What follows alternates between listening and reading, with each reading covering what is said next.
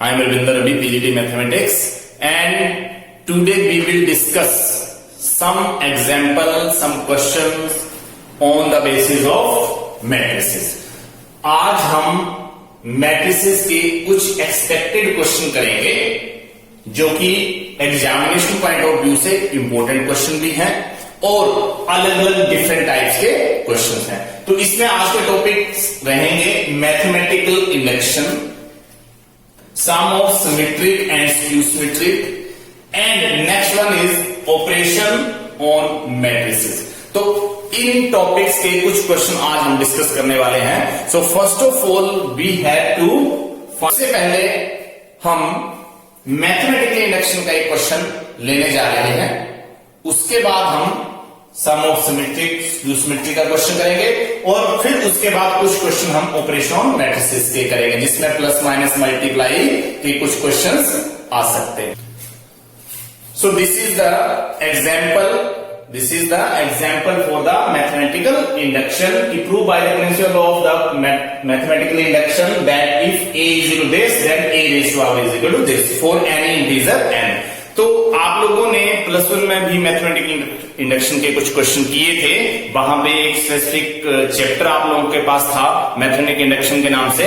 तो वहां पे आप लोगों को इस चीज का पता होगा कि जब मैथमेटिकल इंडक्शन की टर्म में हम करते हैं तो हम पॉजिटिव इंटीजर n के लिए n विद नेचुरल नंबर, तो हम इसमें 3 स्टेप लेते हैं। 3 स्टेप लेने का मतलब ये होता है कि first of all we have to prove n is equal to 1, we have to prove n is equal to k and we have to prove n is equal to k plus 1। तो ये तीनों step अगर satisfy कर जाते हैं तो हमारा mathematical induction का क्वेश्चन जो वो प्रूव हो जाता है। तो अब हम क्या करने वाले हैं, इसका solution we shall prove this result by using PMI का मतलब principle of mathematical induction for all n belongs to capital N। मतलब हम इस क्वेश्चन को प्रूव करने जा रहे हैं मैथमेटिकल इंडक्शन से, और ऑब्वियस सी बात है कि जहां पे रेज टू पावर n की टर्में आ जाती हैं वहां पे सारे क्वेश्चन जो होते हैं वो मैथमेटिकल इंडक्शन से ही सॉल्व होते हैं। क्यों? क्योंकि हमें n का एग्जैक्ट पता नहीं कि n की वैल्यू पर्टिकुलर क्या होगी। अगर यहाँ पे रेज टू पावर 2 होता तो मैं a को 2 टाइम मल्टीप्लाई करने के बाद उसका वैल्यू फाइंड कर सकता था। अगर यहाँ पे a रेज ऑफ 3 होता तो मैं a मल्टीप्लाई a उसकी वैल्यू फाइंड कर लेता। लेकिन यहाँ पे n है तो ऐसे क्वेश्चंस को हम मैथमेटिकल इंडक्शन से ही सॉल्व कर पाते हैं। तो इसका फर्स्ट स्टेप जो है, step 1, put n is equal to 1। इसका मतलब ये कि n की वैल्यू को हम 1 पुट करने वाले हैं। तो जैसे मैंने a रेज टू 1 किया, इसमें n को मैंने 1 से रिप्लेस कर दिया।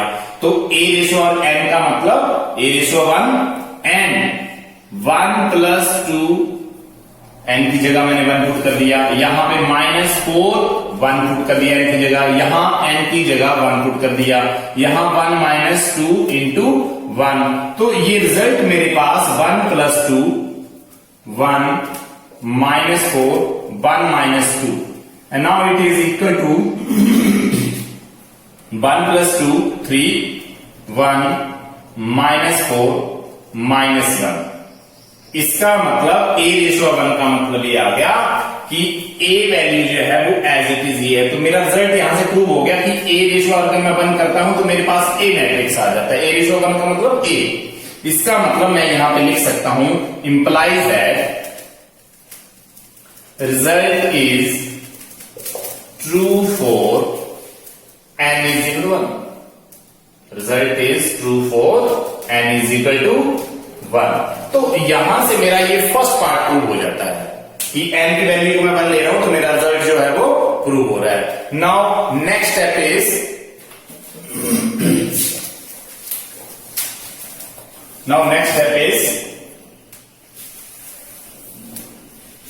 Step second, put n is equal to k। n की वैल्यू को अब मैं k लेने वाला हूं। तो जैसे मैं n की वैल्यू को k से रिप्लेस करूंगा, implies that a raise to power k is equal to 1 plus 2k k minus 4k 1 minus 2k। अब यहां पे बात आती है कि k की वैल्यू क्या है। अब ये चीज का हमें पता नहीं है कि a रेज और अगर मैं k करता हूं तो जहां जहां पे n था वहां पे मैंने इसको k से रिप्लेस कर दिया। लेकिन हम इस स्टेप के लिए, ओनली स्टेप के लिए क्या करेंगे कि ये वैल्यू एज्यूम करेंगे कि अगर a रेज और k है तो मैट्रिक्स इसकी इक्वल आ रही है। मैं एज्यूम करूंगा, assume result is true for n is equal to k for all n belongs to capital N। मतलब मैंने ये सपोज कर लिया, एज्यूम कर लिया कि result a raise of k जो होता है वो इसके इक्वल आता है और रिजल्ट इसके लिए भी ट्रू है। लेकिन इसका सेटिस्फेक्शन हमें तब होगा जब इससे नेक्स्ट पार्ट जो है वो with the help of this हम प्रूव कर पाएंगे। अगर मैं नेक्स्ट पार्ट जो है वो इसकी हेल्प से प्रूव कर पाता हूं तो मेरी ये एजम्पशन जो होगी वो वैलिड होगी। इसका मतलब अब नेक्स्ट स्टेप आता है, इसको इक्वेशन फर्स्ट आप लोग डाल सकते हो। Step third, put n is equal to k plus 1, put n is equal to k plus 1। इसका मतलब ये हो गया कि n की वैल्यू को अब हम k प्लस 1 से करने वाले हैं। तो n is equal to k plus 1 को जब मैंने यहां पुट किया तो मेरे पास रिजल्ट आ गया a raise to power k plus 1 यहां is equal to 1 plus 2 into k plus 1, यहां k plus 1 n minus 4 into k plus 1 1 minus 2 k plus 1। इसका मतलब ये हो गया कि हमारे पास n की वैल्यू जो k प्लस 1 आ चुकी है। मतलब मैंने n को k प्लस 1 पुट कर दिया है। तो जैसे जैसे जहां पे यहाँ पे रेज़ टू पावर की टर्म में n था या मैट्रिक्स के एलिमेंट्स में n था वहां पे मैंने k प्लस 1 की टर्म पुट कर दी। अब इसका रिजल्ट तो ये हो गया कि 1 plus 2k plus 2 k plus 1 और माइनस 4k माइनस 4 और 1 माइनस 2k माइनस 2, और इसी ही रिजल्ट को मैं लिख सकता हूं 1 प्लस 2 3 प्लस 2k और यहां k प्लस 1 और यहां माइनस 4k माइनस 4 और यहां 1 माइनस 2 मतलब माइनस 1 माइनस 2k। इसका मतलब ये हो गया कि जैसे मैंने n की वैल्यू k प्लस 1 पुट की तो मेरे पास जो राइट हैंड साइड है वो रिजल्ट ये आ चुका है। राइट हैंड साइड का जो रिजल्ट है मेरे पास वो ये आ चुका है। अब मैं left hand a raise to power k plus 1, left hand side क्या चीज है a raise to power k plus 1, इस टर्म को मैं सोल्व करूंगा। इस टर्म को मैं सोल्व करने का मतलब ये है कि इस टर्म को अलग से a raise of k plus 1 की फॉर्म में उसको मैं सोल्व करूंगा और आंसर जो है वो इसकी इक्वल आना चाहिए। अगर ये रिजल्ट मेरे पास दोनों इक्वल आ जाते हैं तो मेरे पास जो थर्ड रिजल्ट जो होगा वो भी प्रूव हो जाएगा। मतलब n जो है वो k प्लस 1 के लिए भी हम प्रूव कर पाएंगे। तो अब हम left hand side a ratio of k plus 1 लेने जा रहे हैं।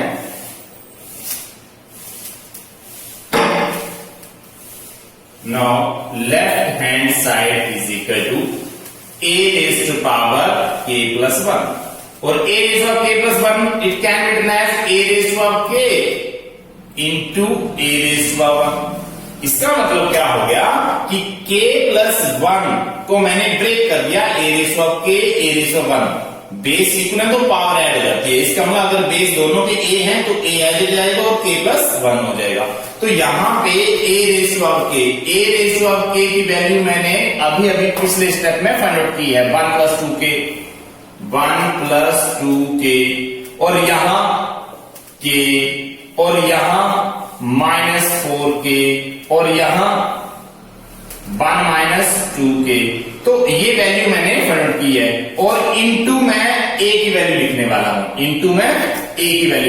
हूं, तो मैंने ये स्टेप यहां से हटा दिए। अब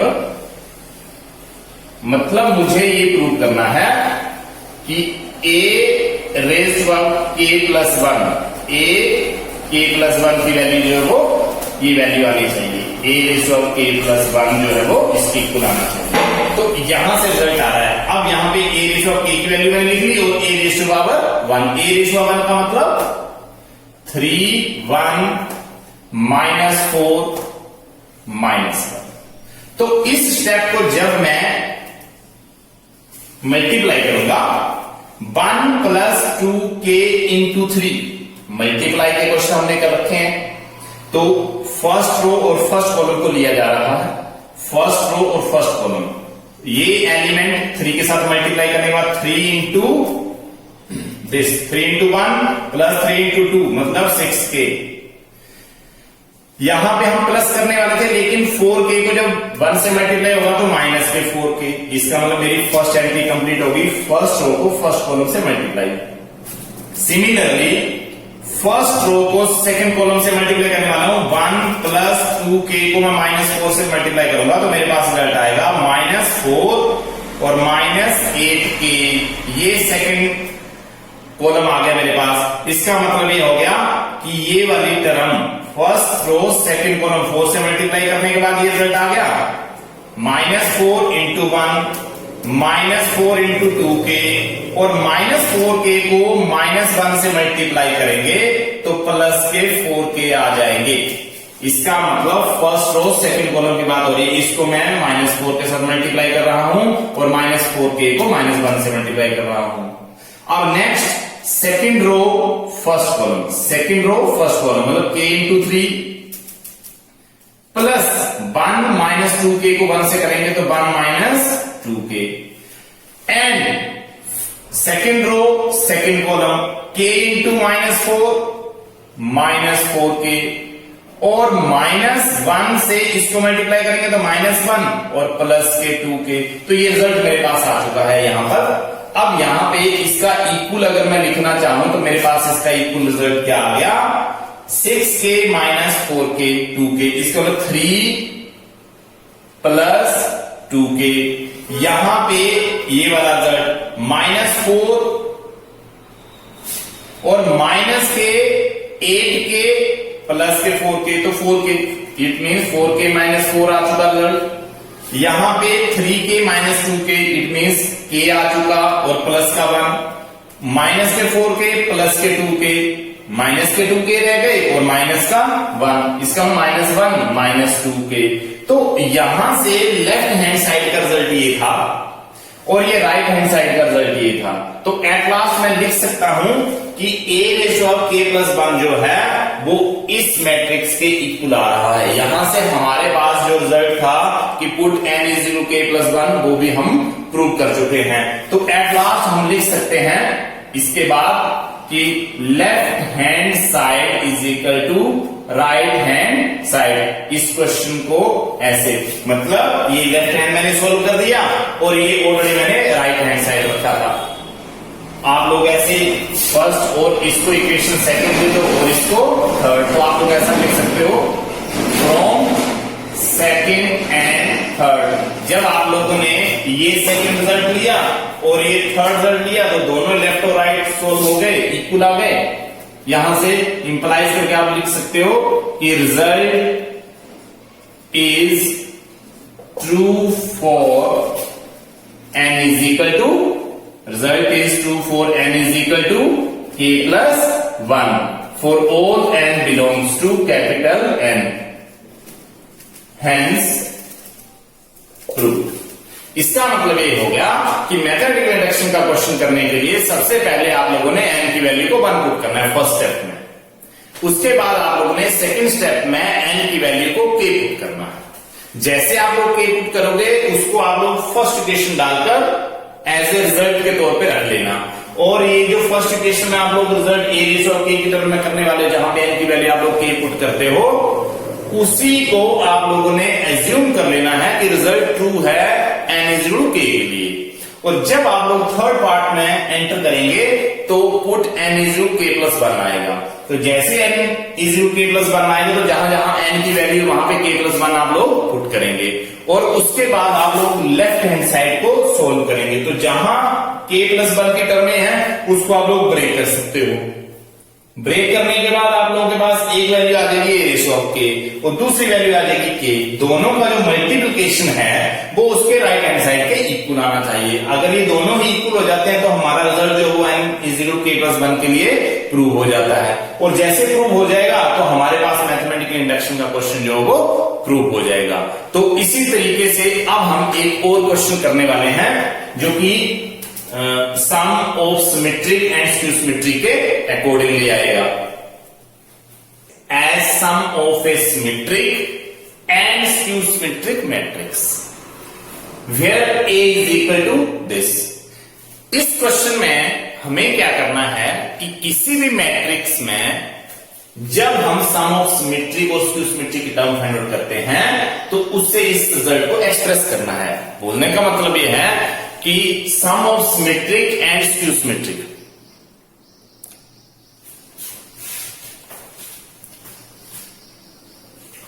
now the next question is express the matrix as sum of a symmetric and skew symmetric matrix.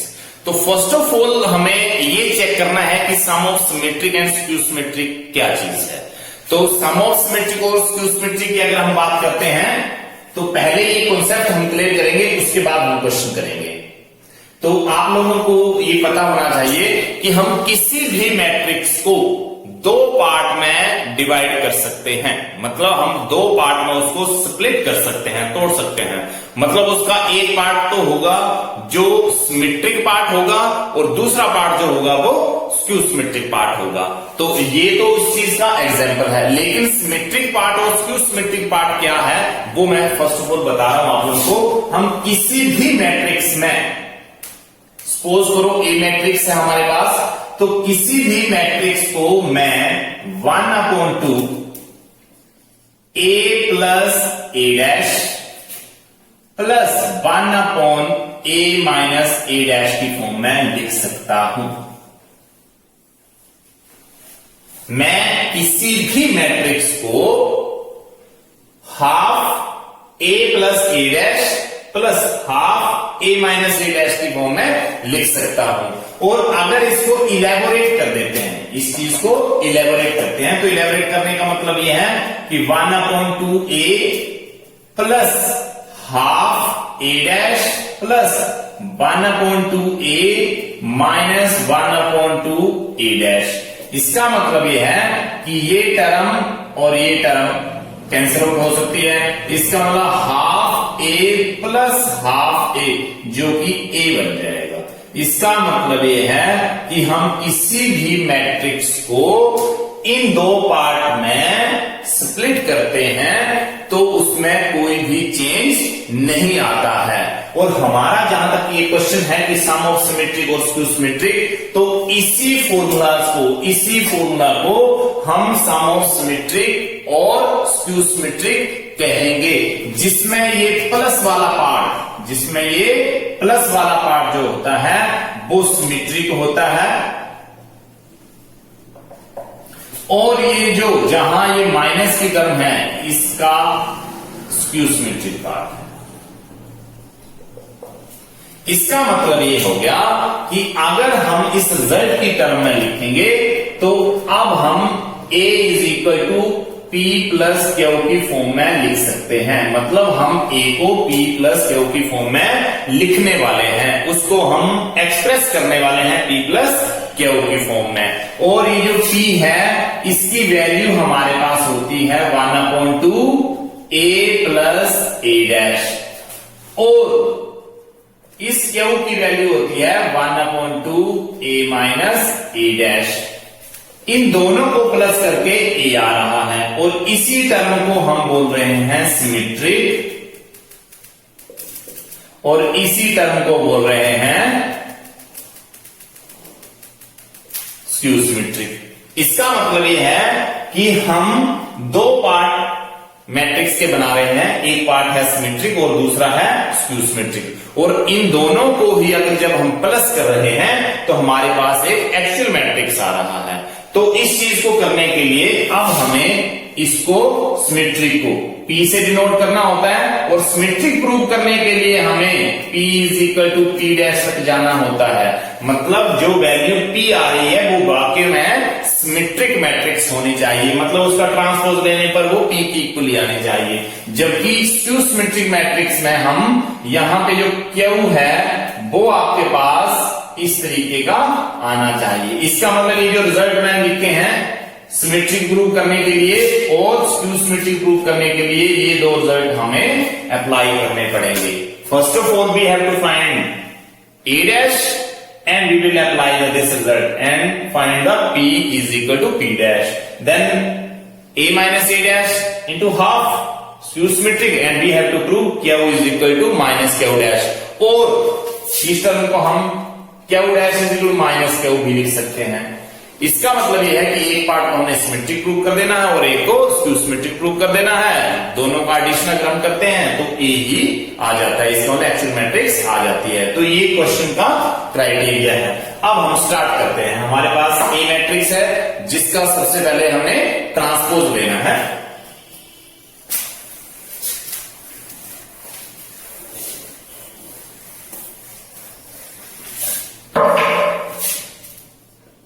A transpose मतलब 1 2 3, मतलब interchanging the row and column. इसका 1 2 3 को मैंने 1 2 4 को मैंने 1 2 4 कॉलम बना दिया। 6 8 1 6 8 1, सेकंड रो को second column 3 5 7,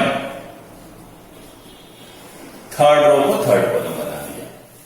now A plus A' करने पर मेरे पास रिजल्ट आ जाएगा 1 + 1 2 2 + 6 8 4 + 3 7।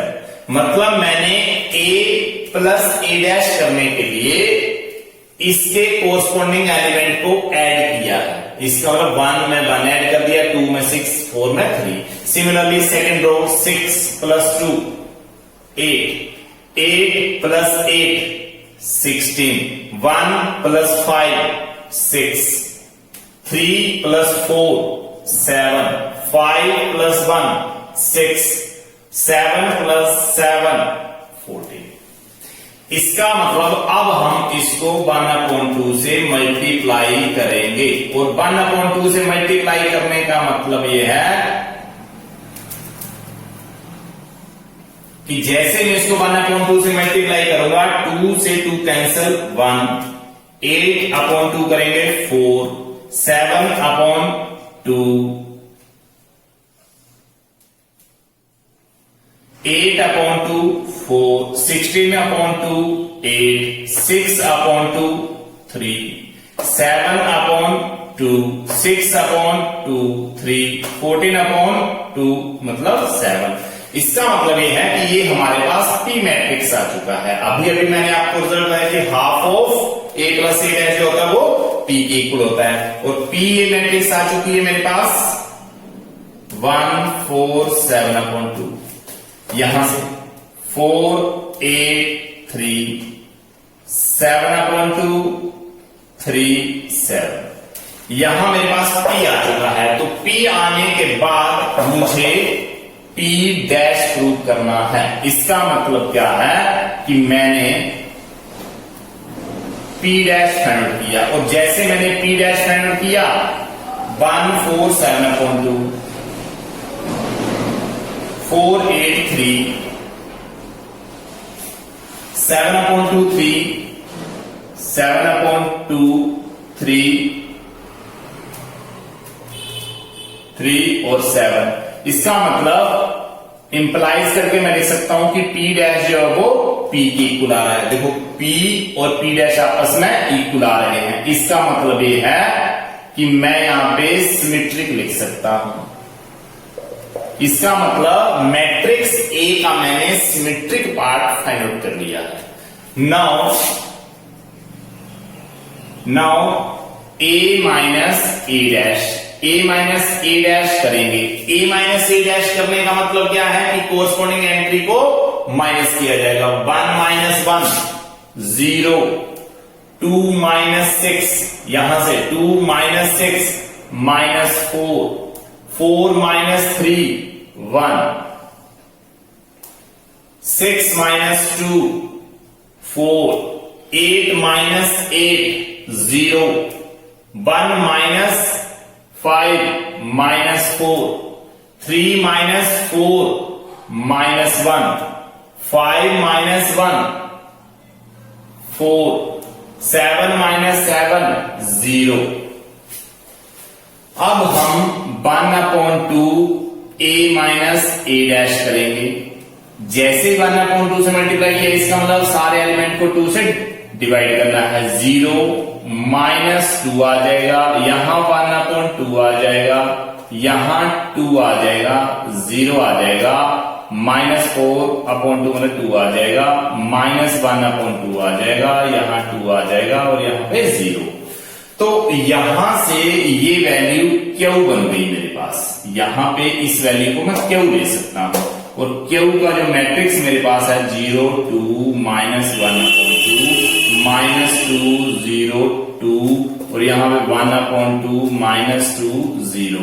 तो यहां से ये जो क्यू मेरे पास बन चुका है, अब मैं इसका ट्रांसपोज लेने वाला हूं। तो जैसे मैं ट्रांसपोज ले रहा हूं, मेरे पास जो वैल्यू आ रही है वो आप लोगों का 0 -2 1/2, 0 -2 और 1/2 और यहां पे 2 0 -2 और यहां पे -1/2 2 0।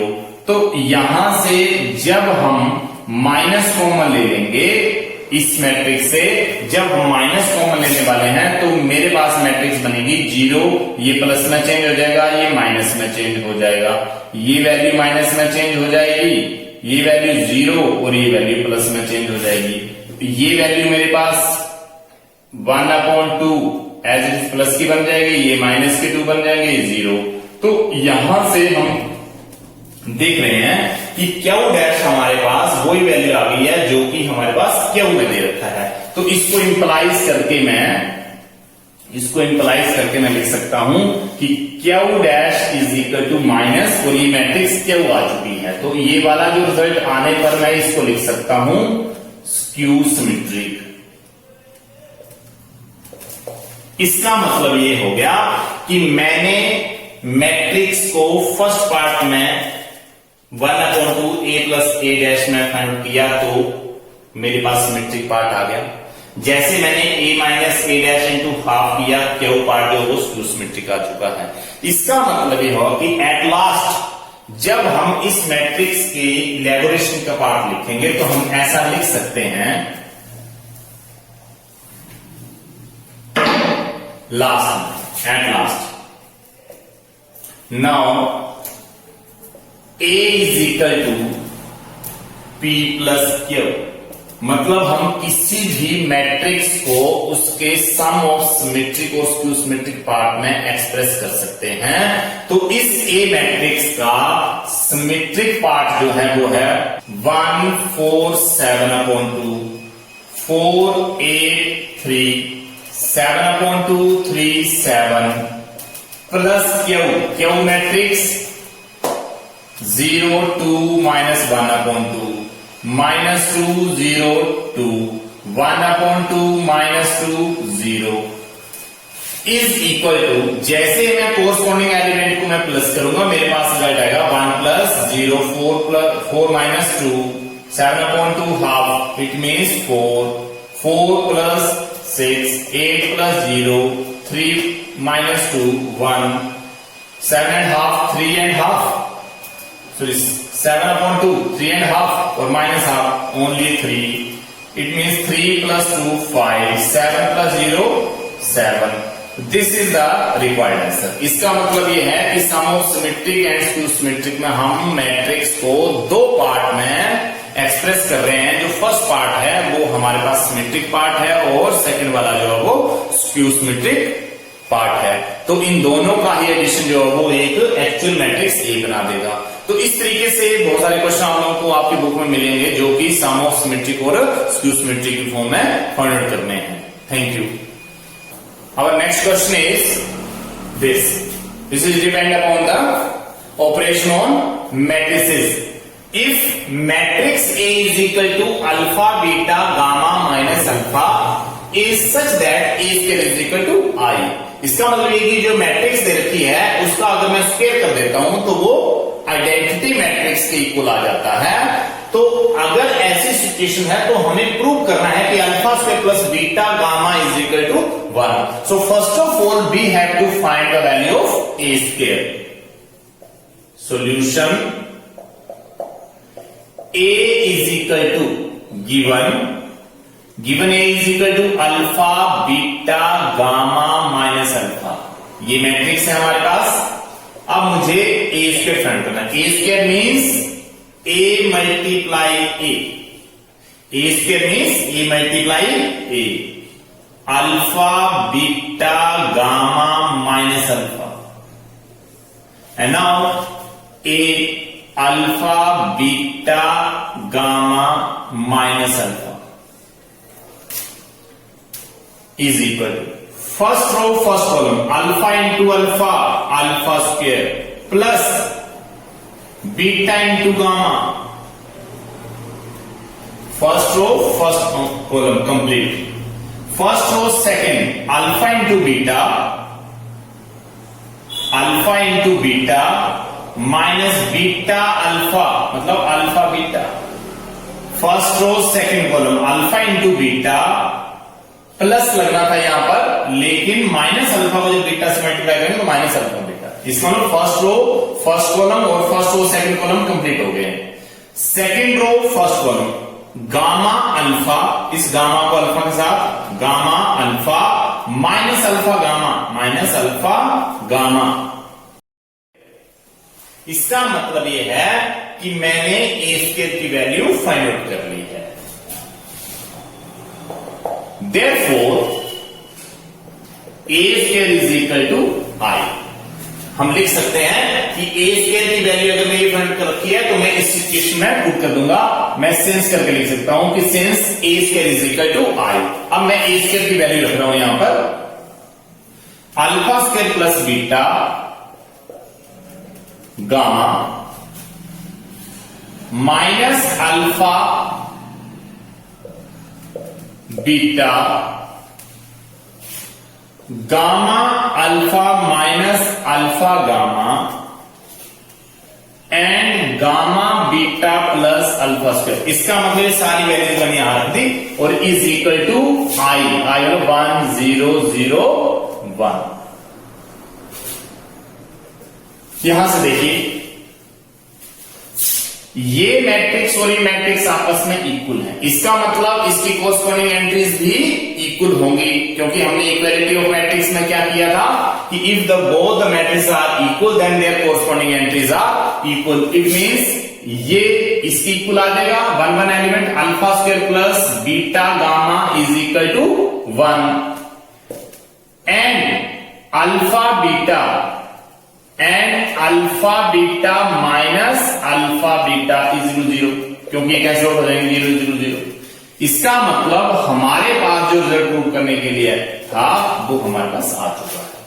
इसका मतलब हमने प्रूव करना था alpha square plus beta gamma is equal to 1। तो यहां से ये मेरा रिजल्ट आ रहा है। और यहां से अगर आप लोग चेक करें तो gamma alpha minus alpha gamma ये भी आपस में कैंसिल करके 0 के इक्वल आ रहे हैं।